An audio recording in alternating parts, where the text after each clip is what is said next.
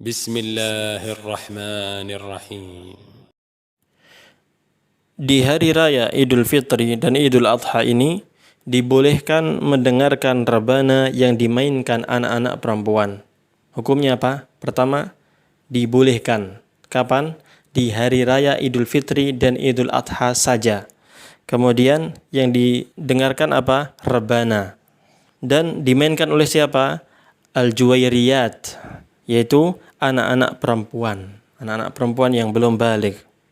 Dalilnya dari Aisyah radhiyallahu anha, dia menuturkan Rasulullah shallallahu alaihi wasallam pernah masuk menemuiku, sementara bersamaku ada dua anak perempuan yang sedang melantunkan nyanyian perang Bu'ath. Selanjutnya, Rasulullah shallallahu alaihi wasallam berbaring di atas tempat tidur seraya memalingkan wajahnya. Rasulullah shallallahu alaihi wasallam berbaring di atas tempat tidur seraya memalingkan wajahnya, tidak melihat kepada dua anak perempuan tadi. Kemudian Abu Bakar radhiyallahu anhu masuk dan menghardikku, membentakku sambil berkata, "Apakah seruling syaitan di dekat Rasulullah shallallahu alaihi wasallam?" Sekali lagi Abu Bakar mengucapkan, "Apakah seruling syaitan di dekat Rasulullah shallallahu alaihi wasallam?" Maka Rasulullah shallallahu alaihi wasallam mendatangi Abu Bakar seraya berkata, "Biarkan mereka berdua." Aisyah radhiyallahu anha melanjutkan, "Ketika Abu Bakar lengah, aku pun mengisyaratkan kepada keduanya untuk pergi. Lalu keduanya pun keluar rumah." Dalam sebuah riwayat disebutkan, dan kedua perempuan tadi, anak perempuan tadi, bukan sebagai penyanyi. Disebutkan dalam Syarah Sahih Muslim karya Imam An-Nawawi.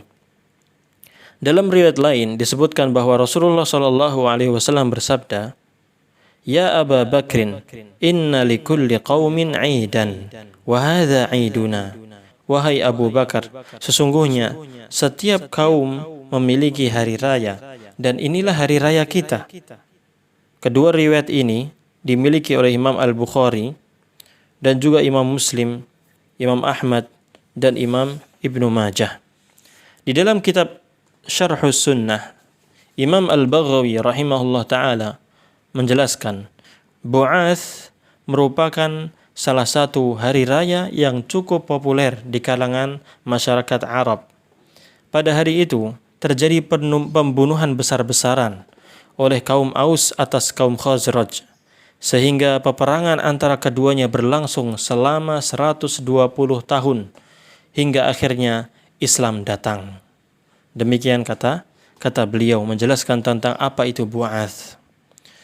Syair yang dilantunkan oleh kedua anak perempuan itu mengungkapkan berbagai hal menyangkut peperangan, keberanian, dan di dalam pelantunannya dapat membantu urusan agama. Adapun lagu-lagu yang menyebutkan hal-hal yang keji, al-fawahish, seperti zina, perselingkuhan, pacaran, ataupun yang lainnya, dan mengungkapkan hal-hal yang diharamkan, serta menyebutkan kemungkaran secara terang-terangan, maka yang demikian itulah lagu yang dilarang. Sudah pasti lagu itu tidak akan pernah terdengar di telinga Rasulullah sallallahu alaihi wasallam. Sedangkan sabda Rasulullah shallallahu alaihi wasallam, dan inilah hari raya kita, menerangkan tentang dibolehkannya mendendangkan syair tersebut, serta memperlihatkan kegembiraan pada hari raya Idul Fitri dan Idul Adha yang merupakan syiar agama, bukan seperti hari-hari yang lainnya. Yakni, hal ini hanya dilakukan di Idul Fitri dan Idul Adha saja.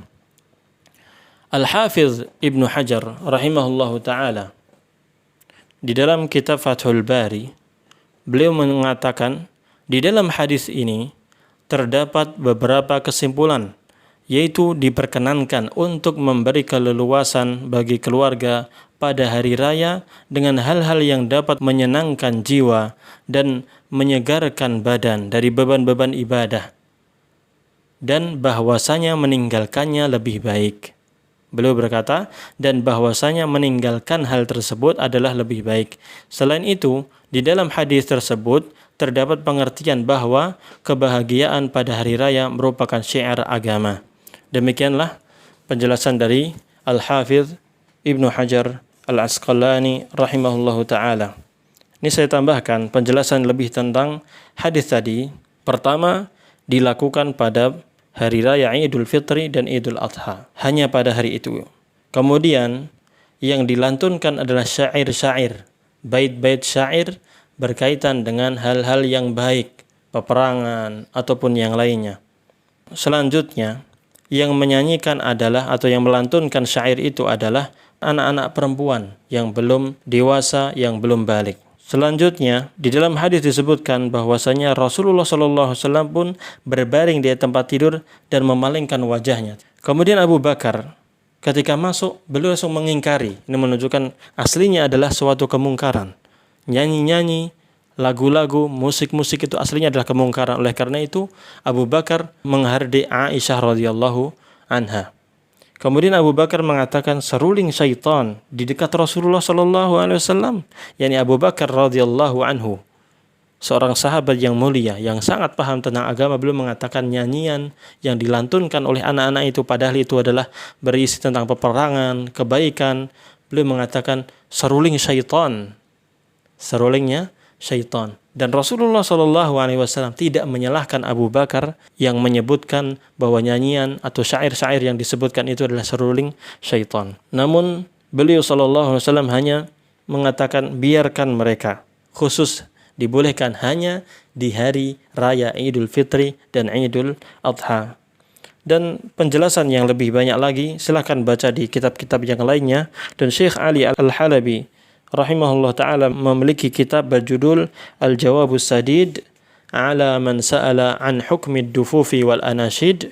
Dan juga ada kitab yang bagus lagi dari Syekh Muhammad Nasiruddin Al-Albani rahimahullah ta'ala. Beliau memiliki buku berjudul Tahrim Alatit Tarb, pengharaman alat-alat musik, yang sudah diterjemahkan dalam bahasa Indonesia di pustaka Darul Haq berjudul Siapa Bilang Musik Haram. Dan juga Al-Ustaz Yazid bin Abdul Qadir Jawas hafizahullah ta'ala memiliki buku berkaitan dengan hukum musik, nyanyian, lagu-lagu, dan nasyid-nasyid. Silahkan dibaca kitab-kitab itu, dan mungkin di waktu yang datang kita akan membahas buku tersebut. Semoga menjadi penjelasan yang terang bagi kaum muslimin dan muslimat, sehingga Allah Subhanahu wa ta'ala memberikan kemudahan bagi kita untuk meninggalkan musik-musik dan membuat kita cinta kepada Al-Quranul Karim dan hadis-hadis Rasulullah sallallahu alaihi wasallam.